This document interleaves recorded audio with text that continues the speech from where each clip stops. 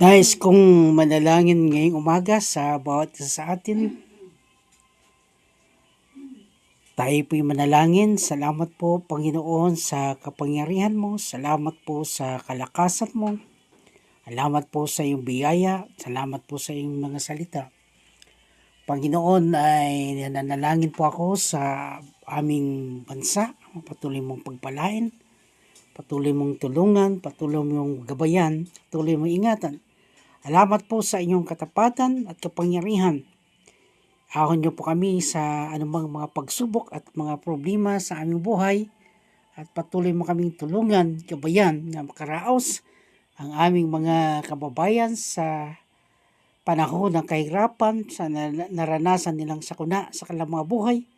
Ikaw po siyang manguna, Lord, yung walang matulugan, walang tahanan. Ikaw ang Diyos na patuloy na magbigay sa kanila ng temporary shelter at ikaw rin ang Diyos na patuloy na magpala sa kanila at mag-ingat.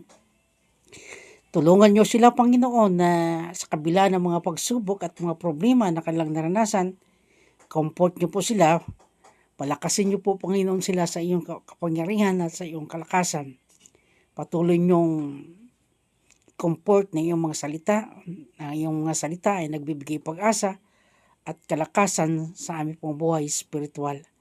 Dalangin ko, Panginoon, ang mga bata na patuloy mo silang tulungan, gabayan, na sa kabila ng mga nararanasan nila, hindi nawa makaapekto sa kanilang psychological na kaisipan at sa kanilang Panginoong pamumuhay bilang isang tao, Panginoon, ay magiging hamon nawa ito sa kanila ang mga bagay na kanilang naranasan, maging matatag ang kanilang loob, maging progressive sila, magiging reactive sila sa lahat ng bagay.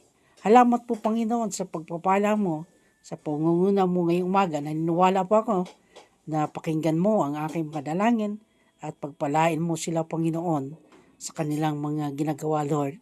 At patuloy mo silang pakainin araw-araw at patuloy mo silang i-comfort araw-araw at patuloy mo silang bigyan ng kalakasan araw-araw at iligtas po sila hindi lamang sa pisikal, lalong higit, Panginoon, sa spiritual. Salamat po, Panginoon. Ito ay dalangin sa pangalan ni Jesus na aking tagapagligtas. Amen.